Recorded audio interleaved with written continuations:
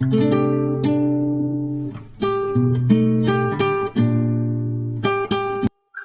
हिंद, वंदे मातरम।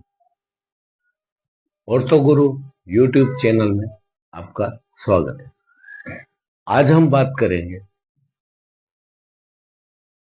ऐसे बीमारी के बारे में, आपने सही समझा, मैं पैरालिसिस यानी पक्षघात के बारे में बात कर रहा हूं।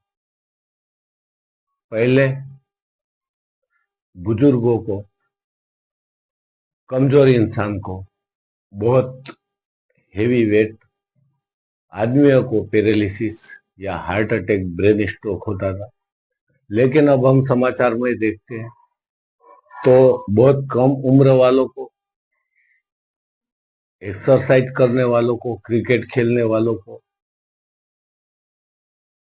और हेल्दी लोगों को भी पैरालिसिस का अटैक आता है। तो क्या है पैरालिसिस और क्या है रिस्क फैक्टर्स, क्यों होता है पैरालिसिस, आज हम उसके बारे में जानेंगे। तो पैरालिसिस उन लोगों को होता है जो धूम्रपान ज्यादा करते हैं, या ओबेसिटी है यानी जाड़े बहुत ज्यादा है, या कमजोरी बहुत है, डायबिटीज की तकलीफ है। ऐसे लोगों को पैरालिसिस होने की संभावना ज्यादातर रहती है। जैसा कि हम जानते हैं, जिस तरह लाइट या मोटर का इंजन पूरे मोटर को चलाता है, उसी तरह हमारा ब्रेन पूरे शरीर को चलाता है। यह अक्सर हर लोग जानते हैं। तो हमारे ब्रेन को 24 आवर्स काम करने के लिए ब्लड और ऑक्सीजन की आवश्यकता होती है। जैसा कि हम जानते हैं कि जब हम सोते हैं, हम काम करते हैं, तब भी हमारा ब्रेन एक्टिवेट रहता है और सोने के बाद भी हमारा ब्रेन एक्टिवेट रहता है, क्योंकि हमारा सेंट्रल नर्वस सिस्टम और पेरिफेरल नर्वस सिस्टम दोनों को ब्रेन चलाता है। लेकिन कभी कभी किसी कारणों की वजह से, जैसा कि मैंने बताया, डायबिटीज है, स्मोकिंग है और ओबेसिटी है, कोलेस्ट्रॉल का प्रमाण बढ़ जाता है शरीर में, इसकी वजह से ब्रेन में, हमारे दिमाग में ब्लड की सप्लाई रुक जाती है।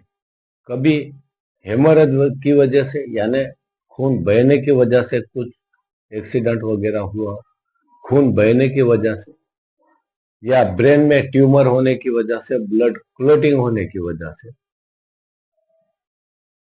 ब्रेन को ऑक्सीजन और ब्लड की सप्लाई बंद हो जाती है। तो जैसे ब्लड की सप्लाई बंद हो जाती है तो ब्रेन हमारे शरीर को ऑपरेट करना बंद कर देता है, इसीलिए पैरालिसिस का अटैक आ जाता है। तो पैरालिसिस का अटैक आने के समय हमें क्या होता है, हमें कैसे पता चले? तो एक साइड, लेफ्ट साइड या राइट साइड, क्योंकि पैरालिसिस एक टाइप का नहीं है। हेमोरेजिया, पाराप्लेजिया, टेट्राप्लेजिया, क्वाड्राप्लेजिया, ऐसे अनेक प्रकार के पैरालिसिस है। इसीलिए हम यह नहीं कह सकते कि इसी अंग में या इस अंग में, एक ही अंग में परफेक्ट आपको तकलीफ होगी। शरीर के किसी भी हिस्से में हो सकती है। तो सबसे पहले लेफ्ट साइड या राइट साइड, मुंह का टेढ़ा होना, बोलने में परेशानी होना, स्पीच में तकलीफ होना, फिर हमारा हाथ या पैर लेफ्ट हो या राइट हो, सुन्न पड़ जाना, थोड़ा सा भी रेज ना होना और चक्कर आके गिर जाना, ये सब पैरालिसिस के निशान है। तो अगर ऐसी इमरजेंसी प्रॉब्लम आए तो हमें क्या करना है?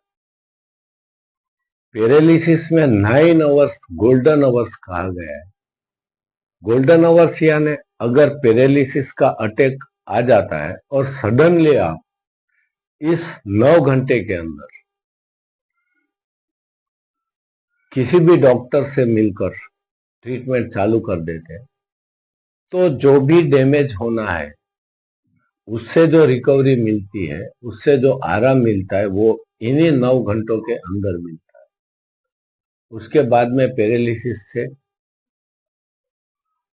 रिकवरी मिलने की संभावना बहुत कम हो जाती है। इसलिए जब भी पैरालिसिस आपको ऐसा लगे कि उसके संकेत मिल रहे हैं, मुंह का टेढ़ा होना, बात करने में कठिनाई होना, फिर सर में चक्कर जैसा आना और हाथ पैर में झुनझुनी होना या सुन्न हो जाना और चल ना सकना, यह सब पैरालिसिस के आने वाले निशान है। इसलिए अगर ऐसा होता है, जरा से भी संकेत मिलते हैं, तो तुरंत हमें डॉक्टर को बताना चाहिए। जैसा कि मैंने आपको बताया कि 9 घंटे जो है वो हमारे रिकवरी के, तो इन्हीं 9 घंटों के अंदर आपको रिकवरी मिल सकती है। उसके बाद रिकवरी मिलने के चांसेस बहुत कम हो जाते हैं, क्योंकि न्यूरोट्रांसमीटर और न्यूरॉन्स जो है वो डैमेज हो जाते हैं। इसलिए क्विक जितनी इमरजेंसी सर्विस मिले तो हमें दवाखाने में एडमिट कर जाना हो जाना है और हमें ट्रीटमेंट लेने है। और अगर इतना करने के बाद भी अगर पैरालिसिस हो जाता है तो उससे भी रिकवरी पा सकते हैं। कैसे?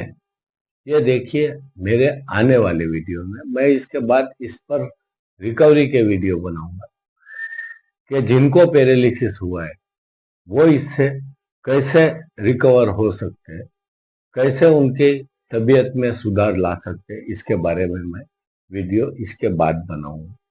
तो देखते रहिए मेरे चैनल को, सब्सक्राइब करें, लाइक करें, कमेंट करें और डिस्क्रिप्शन में मेरे व्हाट्सएप नंबर है, आप ऑनलाइन कंसल्टेशन भी कर सकते हैं। और मैं यही चाहता हूं कि मेरे जितने भी व्यूअर्स हैं, मेरे दोस्त हैं, वो तंदुरुस्त रहे, निरोगी रहे और इस तरीके से अपना जीवन बिताएं कि उन्हें बीमार होकर दवा खाने की जाने की जरूरत ही ना पड़े। जय हिंद।